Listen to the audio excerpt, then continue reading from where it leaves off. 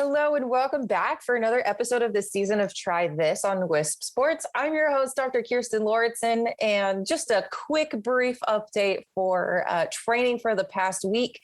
I still haven't yet decided what races I'm going to do coming up. I'm looking at kind of a smattering of different types of runs, and then like run specifics, specifically those, any type of like half marathon, or maybe looking at, I don't know if I want to do a full marathon, but something around those lines. And then also looking at hopefully some half Ironmans coming up towards the end of the year, or one of them, I should say plural.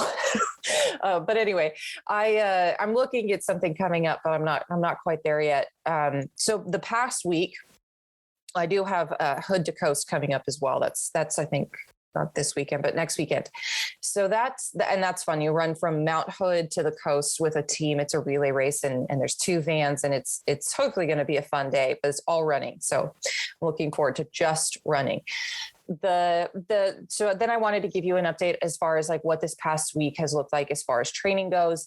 It's important to talk about, I think, because after big races, after my Ironman, I didn't really notice a whole lot of fatigue. I didn't really notice a whole lot of just any kind of issues in general, because I think my mindset was just really focused on making sure that I got to the half Ironman that I had, just a few weeks later. But now that I don't have anything, we're just sort of taking it easy and allowing my body to kind of just get back to training as I feel like I'm ready for it. And I felt last weekend like I really needed to move. Like I really was like, okay, I think a run feels good. And I had taken the whole week off up until that point. So my coach checked in with me and asked me how I was doing. And I was saying that, I think I'm ready to get back into some sort of like light training. So we planned something pretty light, easy. I've done it before on the bike. For Monday, I got on the bike and started out on it. And I was like, oh no, this does not feel good. And I was like, okay, the sets on the bike were like 5 sets. And so I was like, okay, you need to get through 3 of these at least so that we can get halfway through this, let's get through half of this workout. And then, we can make a decision after that. As long as you get halfway or just over halfway, then you're almost there. But I barely made it through 2 sets, which was only about 30 minutes. And I just mentally was just like, I can't do this. My muscles, like everything, just my legs felt so heavy. Just everything felt awful. And I just quickly hit the eject button and was like, nope, I'm out. I cannot do this, which is strange for me. I hardly ever, like, I may stop a workout on occasion due to extreme fatigue and just not being able to really push through that, but it's not something that's common. So for me to hit that button, I was like, I don't know how I feel about this. So I texted my coach, who then called me. Was like, it's totally fine for the next couple of weeks. If a workout just does not feel good, you just stop. It's not worth it to push through it. And eventually, like, things will come back, and you're going to have really good days through this. And then you're going to have some not great days, and it's just not worth it to just stress yourself out and push and push and push. So, I ended up, and then after that workout, I ended up going through a week of, I just didn't feel good at all. I felt sick. I felt a little bit depressed almost. Like I just wanted to come home and take a nap. I didn't really want to go to work. I didn't really want to do anything that had to do with work. I just wanted to be home. I just wanted to be on the couch pretty much. And I just wanted to sleep. I kept checking my temperature. Like I kept, looking out for any symptoms I might be sick, just because of all the things that are going around right now. And I was really, really worried about it, but I didn't end up having any of those signs or symptoms. I think on that bike, I just kind of let loose some things, and that just sort of probably increased some inflammation. And then that's what I was dealing with the rest of the week. So then going into this weekend, I was getting that feeling again of I'd really like to get moving. So this time I did a yoga class on Saturday, and then I went out for a run yesterday on Sunday. It was a little bit cooler weather here in Oregon. It was in the 70s, and that turned out to be quite nice. We mixed a little bit of walking with running because my dog is not very fast. And so, it turned out to be a good introduction back into training. And hopefully today I'll get back on the bike, just be a light day on the bike. And then we're just going to try to get in some swims this week and see how things go. So after the big events like that, I think it's important to just recognize that things maybe won't be as great as you think. And it's a little bit of, I told my coach too, I was like, kind of, in uncharted territory here. I don't really know what to expect. So both of us are kind of just taking this, day by day, and just seeing how my body recovers. So I'm focusing a lot on food, and that is what we're going to talk about today. Except what we're going to talk about is how to prepare for race day nutrition. So the days beforehand and then the morning of race day. And then we're going to follow that with what to eat before exercise. I know we've touched on some of these things here and there, but this is going to be a full episode entirely dedicated to this because I do get questions about it. And then people always question me as far as when I tell them what to do. They don't always think that it sounds like good nutrition and good food advice. So we're going to talk about why it is the way it is. So, all right. So diving in, nutrition leading up to race day. So this is an event, competition, race day. We really want to, our goal is to keep our stores topped off, right? But to focus on very easy to digest food. So here we're thinking things like chicken and rice, eggs and bacon, ground beef or rice, or chicken and potatoes. So essentially things that would be very, very, very easy to get down, digest, and go through the rest of the day. So not going to take a whole ton of stress and strain from your digestive system to get through them. Really want to focus on making sure we're chewing everything. So we're really breaking that down before it gets into the gut. That's kind of what we're thinking as far as the day before. So, and we'll break this down even further, but that's what we're thinking is just really easy to digest food. The reason we want lower-ish fiber foods as we head into race day or the days before. And because honestly, what we're really looking for is hopefully you're able to get most of it out in the morning of your race, right? We want to try to clear everything out as best as we possibly can. But if nerves are preventing you from going to the bathroom, which always, that can definitely happen, then during the race, we're hoping that because you've eaten foods that are really, really easy to digest, you won't end up with a ton of issues. Like you may end up in the bathroom at some point, but hopefully it won't. To put this in the best way possible, hopefully it won't be a mess. So that's kind of the point, right? We want things to be just really easy for our gut to handle so that we're ready for that race day. We really want to try to clean things out as much as possible. I know there are some athletes who go into the race week and they start, trying to fuel mostly off of just fluids and liquid hydration almost because they really want to be totally 100% cleared out. But I know for many people that's hard to do because it's, even though they're getting in tons and tons and tons of liquid calories, people feel like they need to eat. So the point is to stay away from things like vegetables and fruits and those really kind of fiber dense foods and stick to the more just like chicken and rice, because you're going to get carbs, you're going to get fat, you're going to also get protein from that as well. And of course, like the whole point of all of this, right, is to minimize GI distress. Athletes experience GI distress mostly or sometimes because of what's in their gut from the day or days beforehand. So another point to just make your focus on really easy to digest foods.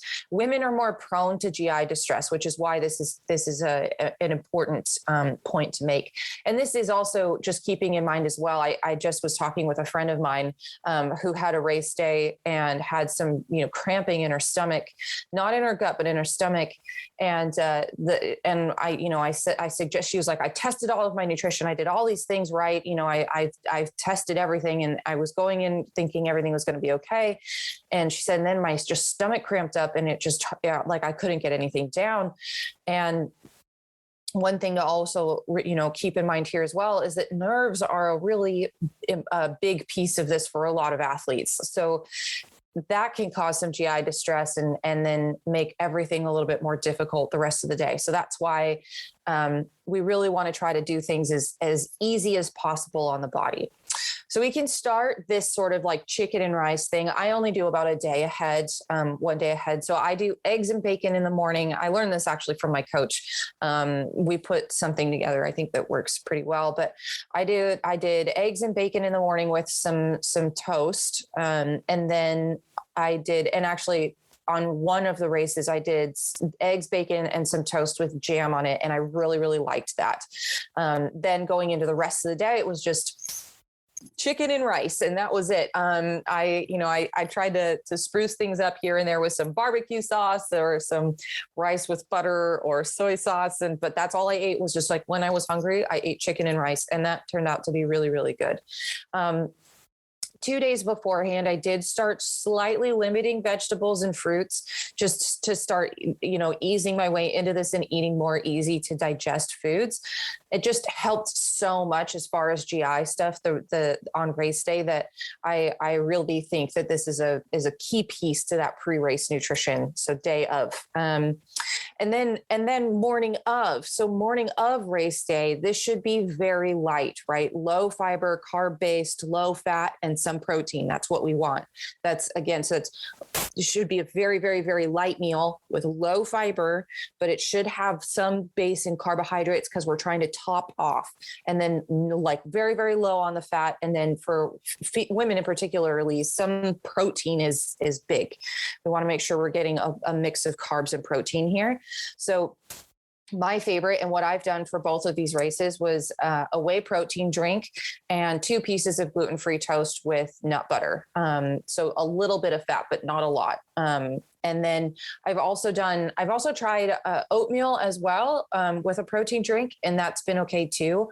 But I just really limit any type of fructose on race day and beforehand as well. It's just hard for the gut to handle. If you can't do whey protein, then a vegan protein drink works just fine, but make sure you're adding 5 grams of branched chain amino acids. And that should be perfect for getting your body primed and ready to go for keeping some protein in the muscles to limit some of that muscle breakdown. And again, this meal should be very, very light, right? We're really just trying to top off our stores. And this is for any event longer than 4 hours. So the day before with the chicken and rice, we really should be, what the idea of that is that, that whole carb load thing that people talk about, we really don't need to just like load your gut up with a bunch of pasta and stuff the day before. I still see this show up all the time. People are like, yeah, this was my pre-race nutrition. I did all this pasta and I did all these carb heavy things. The point is that over time of working on your nutrition and fueling and going through training, you should be doing a workout and then filling your body with protein and carbohydrates afterwards. So as you go through that process, you should be priming your body for using that glucose and then getting it right back, which can increase the amount of carbohydrate-ish stores in your liver and your muscles to a certain point. But you want to optimize that system. So then the day beforehand, what you should just be doing is just eating food that has protein and carbohydrates, and your body should be just filling up those stores as much as it needs. And then that's about it. We don't really need to just bog your system down with a ton of stuff. It's just make sure you're not hungry, eat when you're hungry, and don't, starve yourself beforehand. Just make sure you're getting in enough food, and then that should be totally fine. So that's the basics of pre-race nutrition. It's that day before and the morning of, keep it super light so that when you go in, so you're topping off your stores the day before and you're topping off your stores right before that event, and trying to finish eating by about an hour to half an hour beforehand. and then you're off to the races. You get into line, you get into transition, and then that's that. And some people do like to still do some coffee in the morning, as long as it doesn't seem to just irritate your stomach, which you may just have to try, mixed with nerves, as I mentioned. Some of those kind of acidic types of drinks can be really hard on the body, including orange juice, right? So sort of is athlete dependent, and you just kind of have to test it out and see what works best for you. But for some people, that acidity really irritates their GI tract, and then that can lead to GI distress later on. So keep listening, because we will be right back with more after this.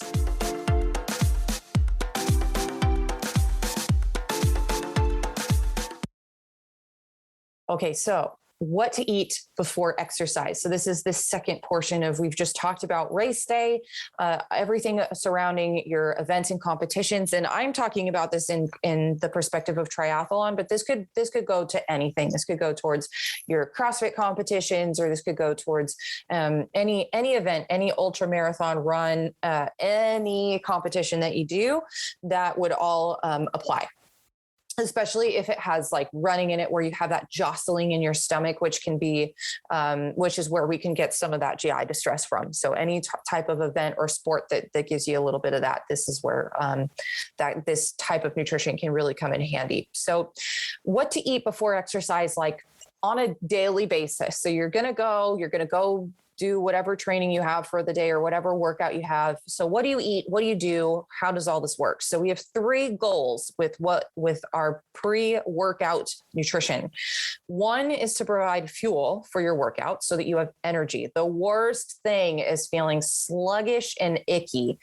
And part of that is fueling. If you are noticing that there's a habit and a routine that you keep feeling kind of icky and heavy through your workouts, you might want to look at hydration. So if you're not staying hydrated throughout the day, then that can lead to just not feeling super awesome in your workout. So if there are things that you're consuming throughout your day that dehydrate you, then that might be worth looking into a little bit more. But usually we have 3 goals with that nutrition, which is to provide fuel for your workout, then also to minimize muscle breakdown that happens during a workout, because we're working out, right? So we're using our muscles. And we've talked about this on previous episodes as well, but depending on where, if you are a woman that is in the phase of life where you have a menstrual cycle, then as progesterone increases throughout the month, throughout the cycle, then you can get some muscle tissue breakdown.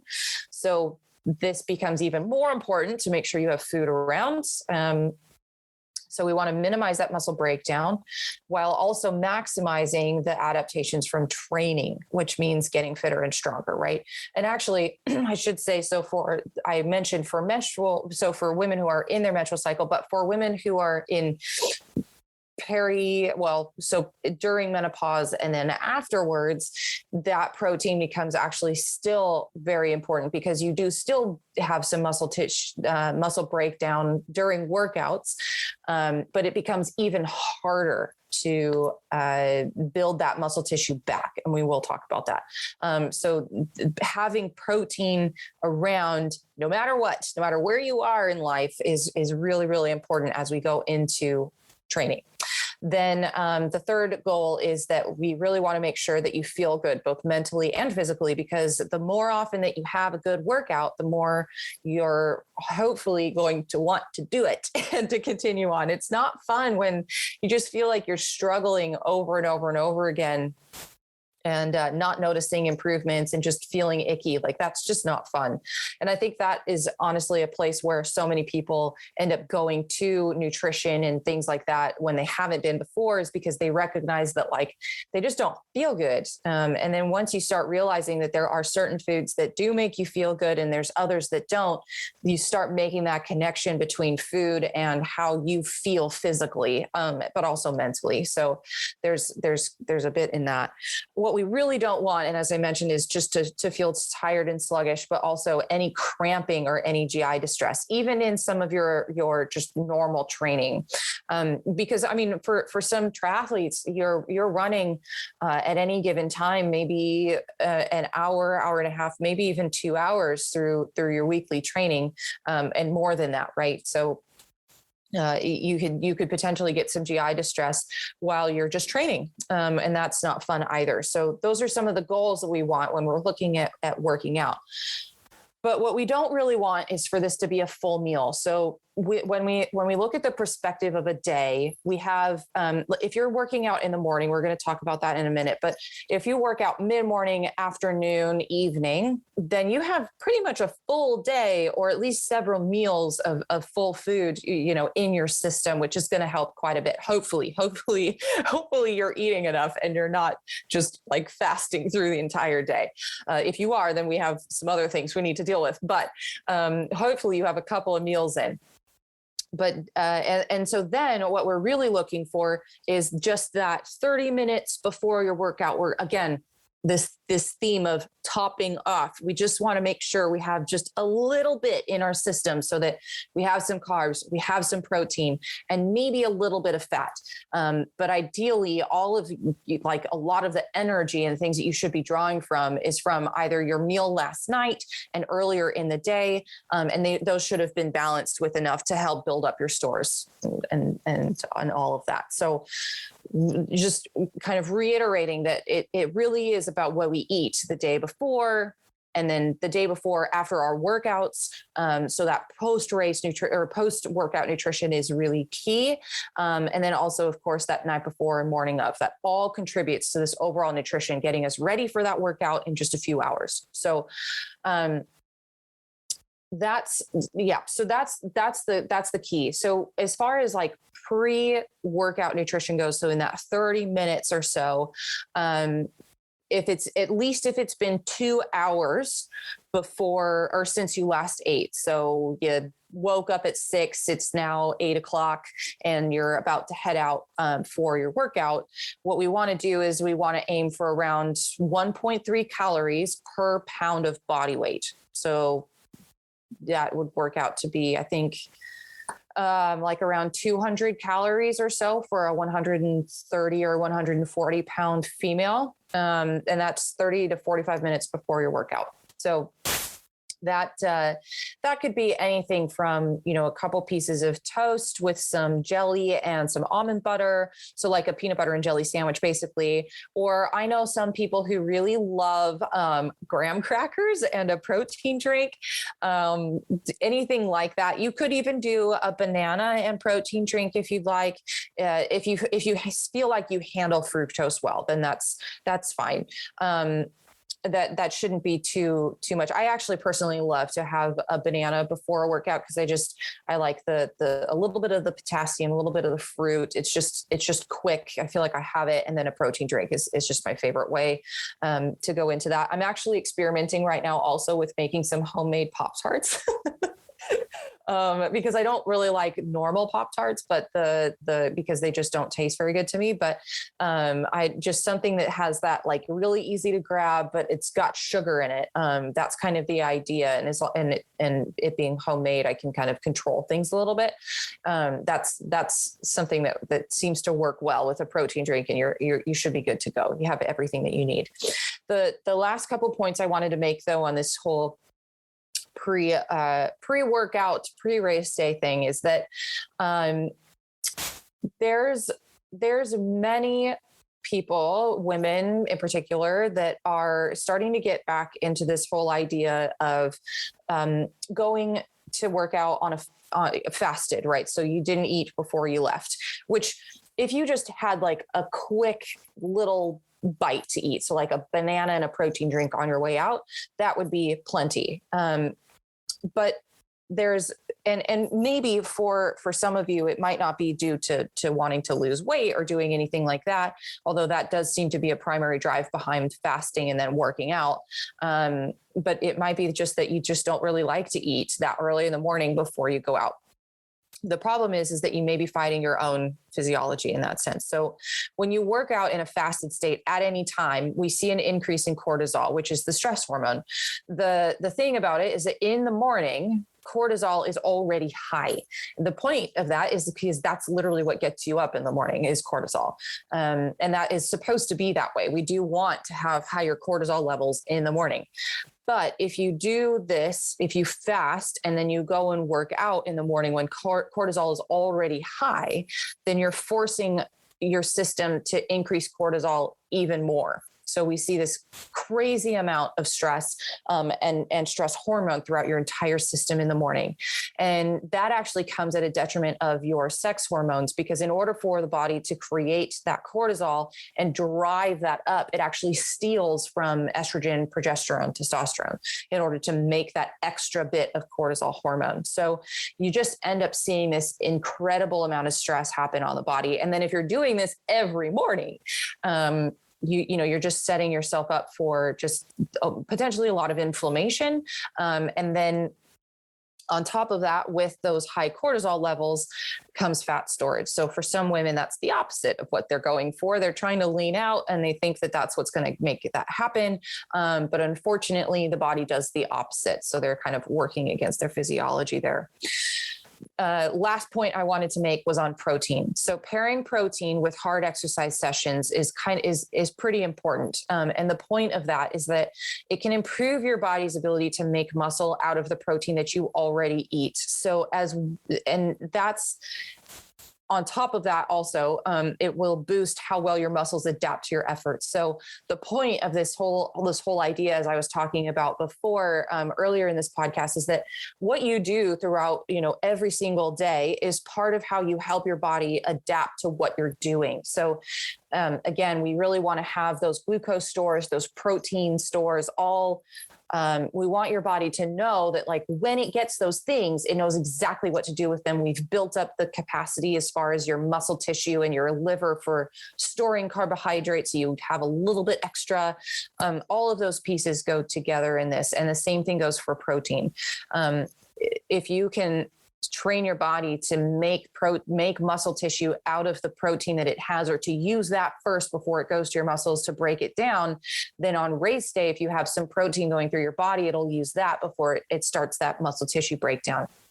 And then, of course, for my post-menopause ladies out there, this becomes extra important as the ability to turn protein from food into muscle diminishes as we age. So again, it's just really important to keep protein flowing through your system all day long, and particularly right before that workout, just making sure you're getting a hit of protein then and then also afterwards. So you're really just bookending your workouts with protein is pretty important, just so that, again, you're able to take that protein and turn it into muscle, which becomes a lot harder as we get on the other side of that. But you can do it. So it's just about, tweaking some of these things and making some adjustments as far as your fueling goes around your training, and then focusing on what you're doing throughout your day, which is pretty important. So I hope that was helpful. A full breakdown of all of that, because that's our episode for now. Thank you so much for listening. What would be really awesome is if you have loved this podcast and you found it helpful, I would really appreciate a review or a rating on this. It really helps us get this podcast out to more people. And it helps us know that you're listening and watching as well. So make sure to follow Wisp Sports also on all social media channels, and share this if you love it with somebody that you think might also enjoy it. You can also follow me at Dr. Kirstin on Facebook and Instagram, and you can find me at drkirstin.com. If you'd like to reach us with any comments or questions about this episode, you can at info@wispsports.com. And you can also always leave a direct message with us over on social media as well. Thank you for listening, and I will be back next week. Take care.